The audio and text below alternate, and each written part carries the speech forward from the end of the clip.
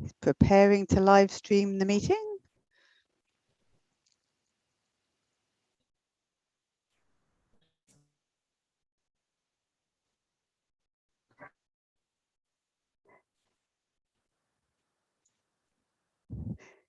Hello, Will. How are you today? Fantastic. Oh dear, that's sounding a little bit pixelated and broken up now, but we'll keep going for it. Oh dear, hang on. Gonna have to close down that window, I think.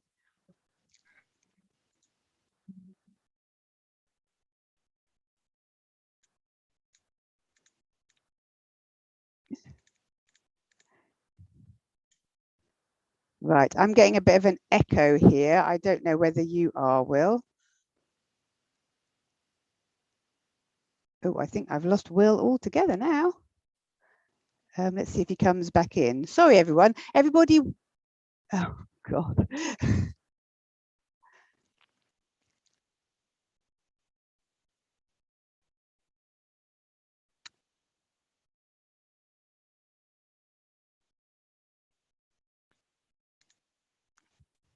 Right. Will seems to have fallen off the Zoom call. I'm just going to hope that he comes back in. Welcome to anybody who's listening to the Where Does It Come From podcast. This one is with Will Saunders, and he is live at COP26 right now up in Glasgow. Unfortunately, we are having a few technical issues with his Wi-Fi. He was working fine, obviously, before I pressed go live, and then it went a bit wobbly and he seems to have fallen out. So I will keep waiting and hope that he comes back in again. But just as a bit of background, I'll tell you about Will. So Will is up in Glasgow representing the organisation Scientists Warning Europe. And they represent thousands of scientists who've campaigned together. They've run a crowdfund coming up to COP26, campaigning for science-endorsed action at COP26 and beyond. And they're up there to promote the latest Scientists Warning into Action, a paper which aims to be endorsed by scientists in every country of the world, and they were crowdfunding to create a video on this as well. So it's all about trying to make people understand that the science is important and probably not the, as Greta says, blah, blah, blah. Will himself is the founder and creative director at Goodwill Studios. Oh, and I think he's back. Hello, Will. Are you back with us? Can you hear me? I think I'm okay. Can you hear me? Are you okay? Brilliant, brilliant. Yeah, there's obviously some Wi-Fi issues up there, so we'll get on with it. I can't see you, but maybe it's best not to try and do the video if that's going to make us fall over. We can do the call and maybe at the end show us what it's actually like there if things are working. So can you hear me okay?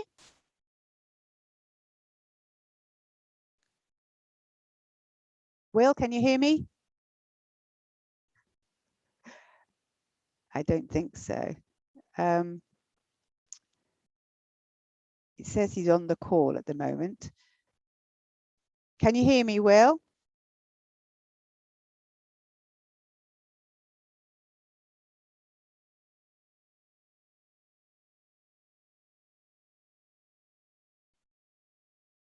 Apologies, everybody. There's obviously an awful lot of people up in Glasgow trying to use that Wi-Fi just at the moment that we were hoping to use some.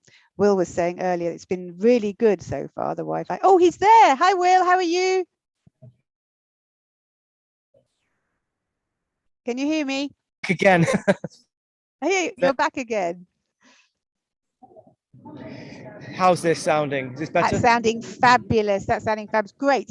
We'll kick off then before it falls over again. So first of all, thank you so much for sparing some of your valuable time. Thanks for having me, Jo. I know you've only got 30 minutes. So would you like to tell us a little bit about you and a little bit about Scientists Warning Europe, please?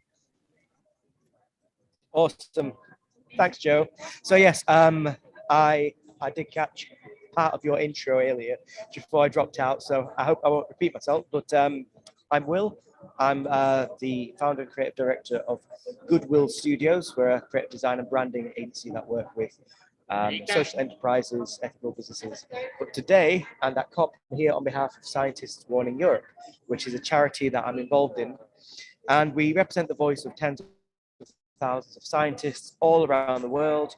And we're on a mission to get that science heard and to try and compel our leaders to act, take bold action at COP26 and basically listen to the science. And that's what I'm here campaigning for today. And I can talk a bit more about the paper that was released and the project if you'd like to. Yeah, no, please tell us. Please tell us what you're up to. Great. So as you can see, if you're streaming in, I'm in the action room. It's a very lively place with lots of interviews going around. You know, there's Sky News over there, all the big TV channels, and in the action room, I'm able to speak to scientists. So these are not just climate scientists, but anybody who has graduated within the sciences. So that includes healthcare, education sciences, political sciences, that kind of thing. So we want to get their voices heard. And our goal is to get to basically break a world record of the most endorsed paper ever. The current record, I believe, is around 15,000 signatories. And we also have a secondary goal to try and get at least one scientist from every country in the world signing global. Going a bit wobbly again. And we really need them to act. Just missed that last little bit about a scientist from every country in the world. If you could just say that again, that would be fabulous. Sure thing. So our goal is to get at least one scientist from every country in the world to sign the paper to show that the scientists are unified, the science is clear, and now we need action. And you can find out more by going to planetincrisis.com and click to sign the paper. So if you're a graduate of any science background, including political science, social sciences, etc., engineering, you can make your voice heard. And we also invite you to record a short video recording talking about why it's important for you to sign this paper, get involved in the project, and try and push climate action. And we're compiling a list of all the voices who have taken part in this campaign on that website, and I'm sure we can drop some links.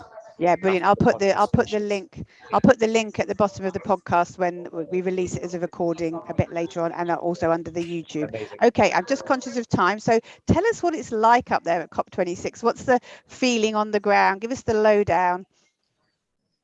So it's very busy, very hectic, people running around. So there's this feeling of energy. I have personally gone through a whole range of emotions, from hope, optimism to despair and frustration within the COP. So in the COP26 buildings. I've also been outside on the streets marching last weekend, and there were reportedly 100,000 people on the streets last weekend, all marching, all demanding climate action.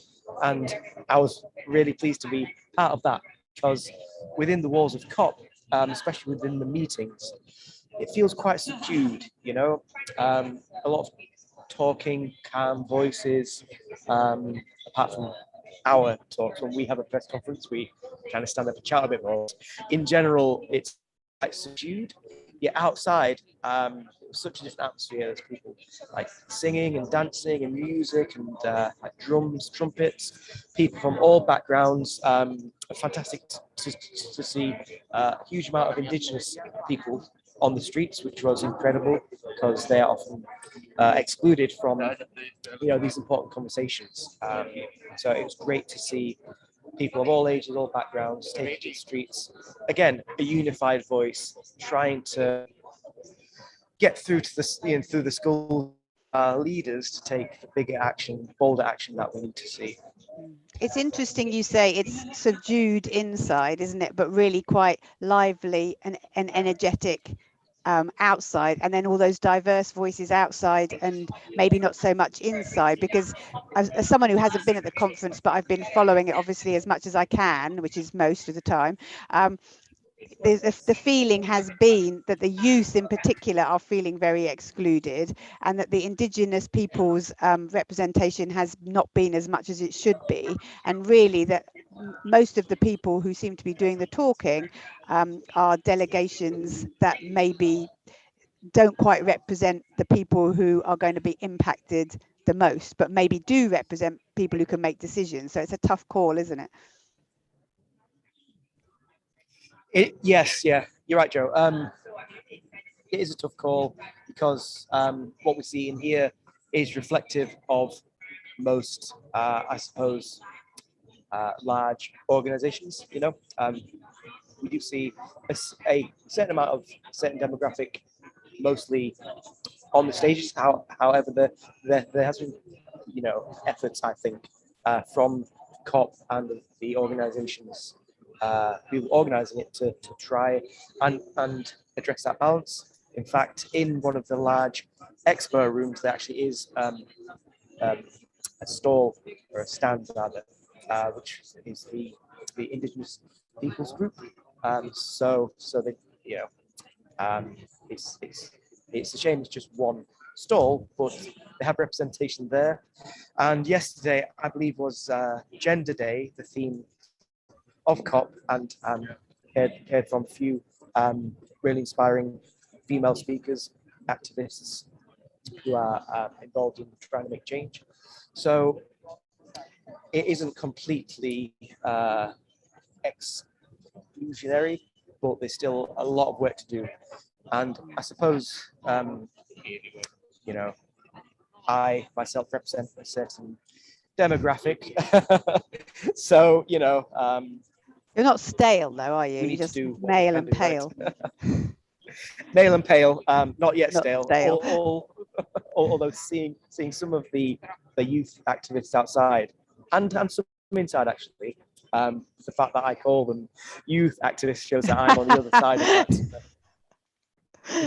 Yes, very good point. But it's a really tough one, isn't it? Because unfortunately, people get into a certain position of power, and I don't just mean power in terms of political power or financial power, but also responsibility through experience. But at the same time, you have to be open to listening to the voices of others, and maybe people who have the passion and the anger, and then trying to turn that passion and anger into something positive with action. Exactly. Yeah. This issue is probably not going to be solved during COP, but it is a kind of systemic thing, isn't it? The fact that systems are basically designed and built by people who are basically directly benefiting from that system, and then it's like an exponential growth of that system. So more people benefiting from that same system.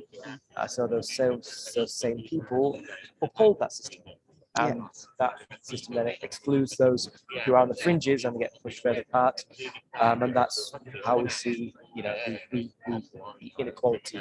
And it's not just climate action we want to see, it's climate justice.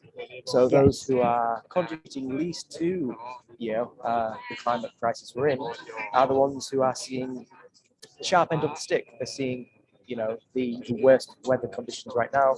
They're feeling climate change the most, and they're the most innocent, players in this game. Yes, exactly. And then also youth are going to be the ones who have to clear up the mess, really. You're talking at people in their late teens and 20s now. They're the ones who are they're going to have to look after us in our old age and solve this problem, assuming we have an old age, I suppose. Exactly. Slightly depressing thought. From the outside, what we're hearing, I was the same as you, interestingly. So I started the conference feeling quite positive, and of course there were lots of pre-planned announcements, the methane agreement, deforestation agreement, and many others that are so important. But when we got to the end of the first week, it was still feeling very much like there was a long way to go. We haven't got down to the any way of meeting the 1.5 degree growth limitation at all. We're still above that now, and it all seemed to go a bit dry, and then it just got the impression that really people were not really willing to make the commitments that were needed, and then the draft agreement that came out overnight, I think the night before last, still seemed to be not saying we were going to meet 1.5 in any way, and almost I understand that's the beginning of the conversation, but there doesn't seem to be that feeling that we're actually going to get there at the moment, which is quite depressing, I think. What's your thoughts? Ooh. Can you hear me?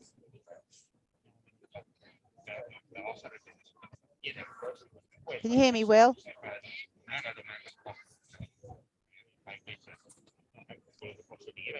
Just shout when you come back in, Will. I'm just going to go through the program for anybody that's listening while Will's unfortunately gone quiet again, the connection. So today is all about cities, regions and the built environment. So looking at action in the places we live, from communities through to cities and regions. Yesterday we were, or they were, talking about transport, and I know there was a lot of coverage of that one because the sessions that were planned seemed to be covering things like sustainable aviation fuel and a massive upsurge of electric vehicles. And I understand there was a lot of campaigners outside ringing their bicycle bells saying, hey, what about us? What about cycling? What about walking? What about public transport? You know, so there was almost a sort of technological, let's replace the things we already have, but not a mindset shift of let's change the way that we travel. Let's look at things a bit differently. So that was what some of the criticism was. Then as Will mentioned, on Tuesday there was gender, which is obviously hugely important because women have been proven to be the gender that basically suffers the worst effects from the climate emergency, especially in developing nations that are really being hit with it. And then also science and innovation on Tuesday as well. And then on Tuesday night, overnight in the UK, the draft report came out from the conference organisers, Alok Sharma and his team, talking about where we've got to so far. Oh, I think Will's coming back. Oh, can you hear me, Will? You're waving. Yes, I'm back now. Thank you. That's all right. I was just going through the agenda while your Wi-Fi had a little rest and caught up. But yes, I was just basically saying that today the concentration is on cities, regions and the built environment, and yesterday was transport, which obviously had a lot of issues relating to it, and then also that the draft agreement came out overnight in the UK between the Tuesday and the Wednesday, which got a lot of people feeling a little bit low. I don't know if you had any thoughts about that. Yeah, so from what I've gleaned of the draft and what I've heard from some of the scientists that I'm with here today, it's completely weak. It doesn't go far enough. It feels like it's more a list of suggestions and maybe please do this if it's not too much trouble, rather than the world's on fire. It's also flooding. We have 2030 at the latest. Act now. Divest from fossil fuels. Rapidly transition towards renewable. Stop subsidizing these fossil fuels, etc., etc. It doesn't really go that far. And I think you mentioned the 1.5 degree. It misses that target, which is the minimum, I suppose, of what we need. Yeah, no, I felt quite it did bring me down a bit yesterday morning because I was thinking last week, yay, we're finally getting there. There's going to be these agreements, everyone's coming together. And it felt a bit like I cheered myself up a bit by thinking about when you do, you know more about this than I would, but a storytelling, when you're trying to run a campaign and have storytelling, you start off with the good news, don't you? And then you have the bad news in the middle. And the idea is that you can come back at the end with a yay, we've solved it all. So I'm sort of praying that's actually what's going to happen. That and especially seeing as whatever your political affiliations, Boris Johnson is the kind of leader who wants to basically come on in and save the day at the end. So I wouldn't be surprised if he galloped in on a horse at the end and say, yeah, we've saved it, we've got 1.5 and it's all down to me. And to be honest, although we know it won't be all down to him, I would be quite happy if that was the case, so long as it actually then did materialize, because we also know that some of these statements are about just making a statement and not about the follow-up. Exactly. If Boris Johnson and his team and the people around him can pull this off, I will go from being not the biggest fan of Boris Johnson to, yep, I will support you in this endeavor. Whatever we need to do to get there. And you're right about the ego thing. If he can be seen as a superhero, it's fine. Let him have that title. I'll take as that. It saves, I mean, it's a difficult one, isn't it?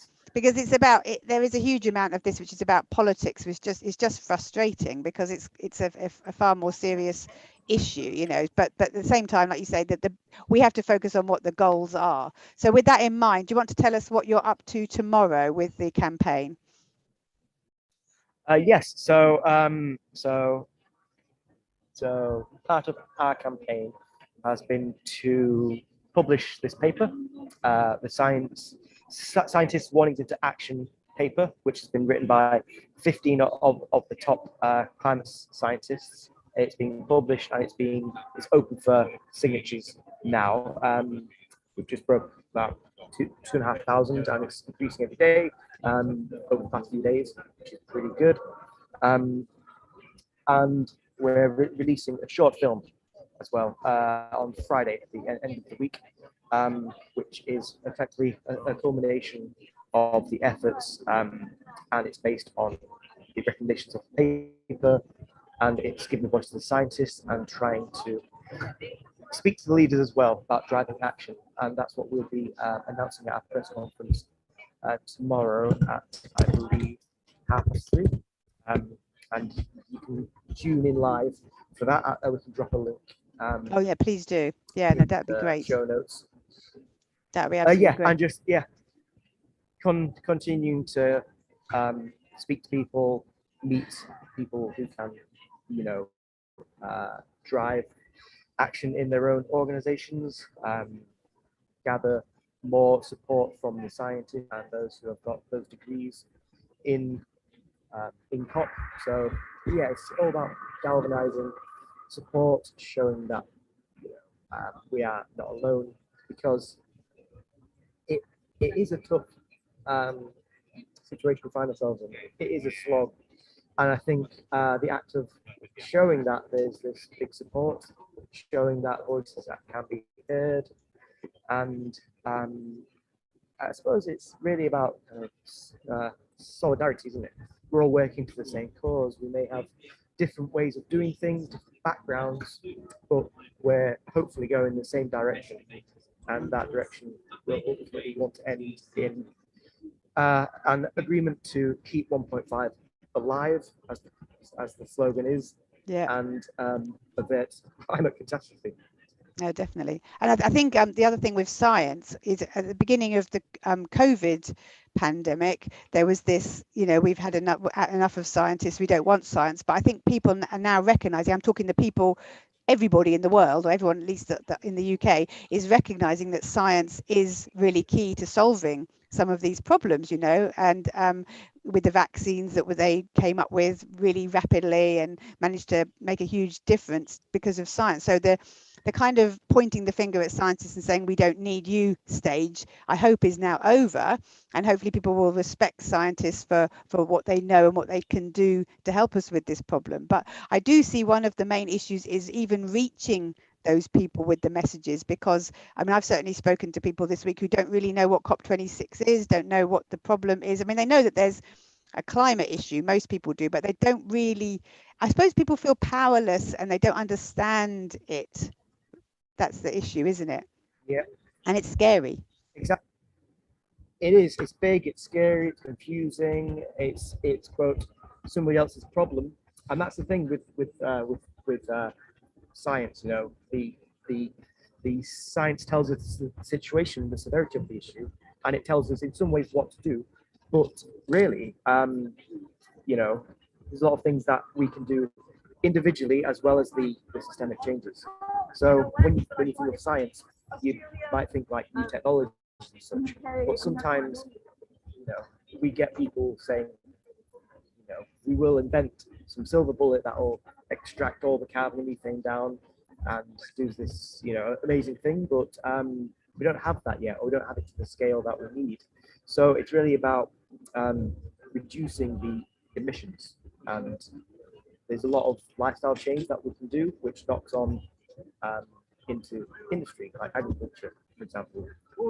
So if because one of the 6 main stresses in the paper, for example, is food systems. So we need to rapidly shift towards a more plant-based diet, which will then, as a knock-on effect, reduce the amount of cows that we're breeding into the world, which will reduce the amount of methane that's been, put out into the atmosphere. So it's all these knock-on effects, and really, we don't need science for that. Really, we just need to change a few things in our lives, And interestingly, you mentioned about that the theme of this is towns and cities, that kind of thing.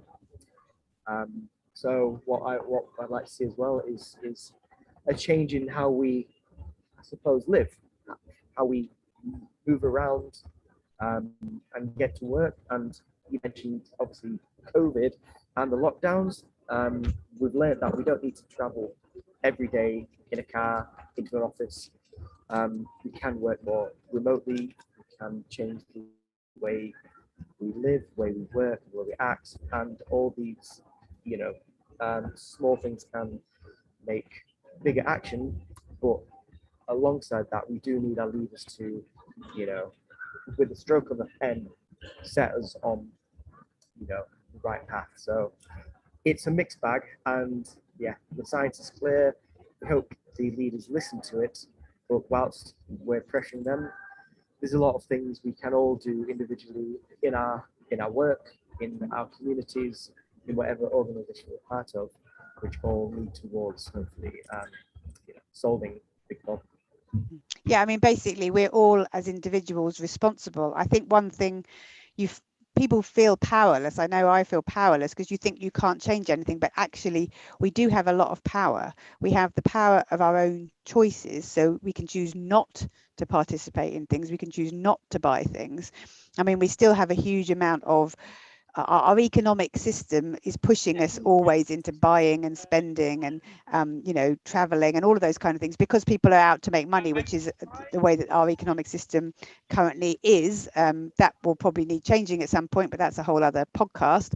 But I think we can choose not to take part in that. We can choose that we don't want to buy things, that we want to eat a plant-based diet. We want to travel on public transport or whatever, but we can make those choices. And secondly, we have the power of voting our leaders in and out of power, which may seem like we don't get a lot of opportunity to do that, but you can still be pressuring with letters, you can be emailing, you can be tweeting, and more energetic people that I hugely admire, like yourself the other day, get out there marching, let people know what we feel, because they all want to be popular, they all want to be voted in, and if they think the majority of people are against what they're doing, then they will change. They definitely will. Exactly. What we need are leaders who do the right thing, not the politically easy thing. And you are absolutely right. I mean, we do live in this kind of free market society where, like GDP is God. I'm hoping to, hoping to see a shift away from just GDP as the measure of success and health and happiness of the society, because that's damaging. Yeah. And the people that we vote for, they do see and get a sense of what people want, right? They can see people on the streets, and I'm not sure where that's going to directly, compel them to act, but at least it's almost like an acid test of what the general feeling is and what people want, what people stand for, what people will vote for. And we have seen some pretty good words from the likes of Boris Johnson, hopeful sounding things, but whether he acts on that or not, is remains to be seen.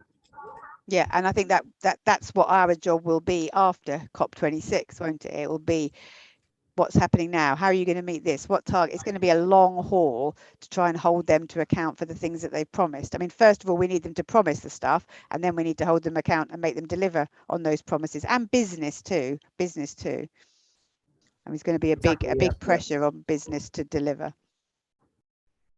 Mm-hmm. You're right. This COP is not the end of the debate. It's really just the beginning. Yeah. And, I think so. Yeah. So, so what we see, what the end quote result will be, whether we think it's enough or not. Spoiler alert: it won't be enough. That's really just the start, and we've got to pressure them and keep the pressure on in whatever way we can. So like the work that you do is fantastic, and whether you're on the streets marching and inspiring others to get active and change their own life, and then they petition their leaders, business leaders, or whether you're inside COP or you're in a privileged position of making real change. All these different avenues are needed, and needed now, and needed really fast. Yeah, no, absolutely. And I think state of mind is part of it, because if you do get down about it, then you become inactive and unvocal, and you have to keep doing it. I mean, I had a meeting last week with one of my suppliers from India, social enterprise partner from India, who happened to be in the UK. So we got together in London for a chat, and it was just when President Modi had made the announcement about 2070 being the date that they could become carbon neutral. And of course, everyone was like, oh no, that's absolutely dreadful, which, basically it is, in the sense of there won't be a planet probably, or certainly not as we know it in 2070. However, if you look at it in terms of they've put something out there and said we can do this, and then the next step will be, okay, that's great, how can we help you bring that closer? How can we work together as a non-siloed community of globalness to actually make that be delivered? I put a tweet out this morning which was half joking, which is, we need Doctor Who as the president of the world to come and solve all of this, because in Doctor Who he just goes off on his presidential plane, gets all the leaders of the world together and says, right, sort this out. And that's kind of what we need, really. Yeah, I mean, I'm also hoping for a science fiction future as well. Like, yeah, I'm not sure if a sonic screwdriver will fix this problem. And what will it be powered by? That's the thing. Yeah. Exactly. solar power. So it doesn't work. Anyway, we won't digress into science. Final question, and then I'll let you get off, because I know how busy you are with the campaign and everything. Is, so what do you think are the actions that we'll need to be taking after COP26? I know it's a big one, but what would you advise, 3 things people listening to this to go away and do after COP26? Wow, that is a big question. I suppose on an individual level, there are a lot of things we can do, like lifestyle changes. It might feel like it is a small drop in the ocean, but again, it is kind of a signal out to your community, whether it's in your business or your friends and family. It's like, this is the way everybody should be living, or more in that direction, and that can galvanize other people. Because what we need is leadership on all levels. People hate being told what to do, but if they see somebody doing something positive, that can inspire them to think, oh, actually, this person's just like me. I identify with them, and they're making some really positive changes in their life. I'm inspired to do the same, and that's part of my story, how I ended up here today in COP. Like I never thought I would be. So yes, making best changes in your own life is one thing. I suppose we need to vote for those who have the most climate friendly policies. But on that note also, we're kind of stuck with the Conservatives for a few years, so we've got to push them as much as possible. So become active, politically active. And I suppose the third one thing is to be optimistic, not blind hope, but speak to people who are in the sustainability, climate activism space, and just be there for them, and tell people how you're feeling too. Because I've been on the point of burnout a few times, feeling ups and downs, and speaking to people, they really give you that pep to keep going and to remind yourself what you're fighting for. It is your friends and family, and this beautiful world that we're in, the only world that we'll ever know. So it's not all doom and gloom. It's not all science and numbers. It's humans and humanity, and everything that we share the world with. That's brilliant. They're fantastic three. And I think with your last one as well, and the world will be better if we do that. This wonderful world that we live on will be better. It'll be even better for our children if we can sort these things out. But I completely agree with your first point as well about being an example. If you start living this way, then without having to preach to other people, they will see you and they will take your example, and maybe they'll ask you questions, and you can lead them by inspiration, I suppose, an example rather than anything else. Anyway, Will, I'm so conscious that we're taking all of your precious time away. So thank you so very much for spending half an hour or so with us, and enjoy the rest of COP26. I'll put the pins for your campaign, for your press conference on the end of this so people can follow up with you. And yeah, basically, thank you. It's really exciting. I feel excited just to have seen it in the background going on, and not just on the news. So thanks again. And we'll get this podcast out as quick as we can this afternoon. I'll get the recording onto the podcast channel. This is obviously live on YouTube now anyway, so people can hear what's going on. So please, everybody on YouTube, please subscribe to the Where Does It Come From channel. There'll be more stuff coming, and we do a podcast every 2 weeks on key issues. Yeah, so basically, thank you so much for listening, and thank you very much to Will for joining us live from Glasgow. Nice one, Joe. Thank you very much. Bye-bye. Thank you. Bye-bye.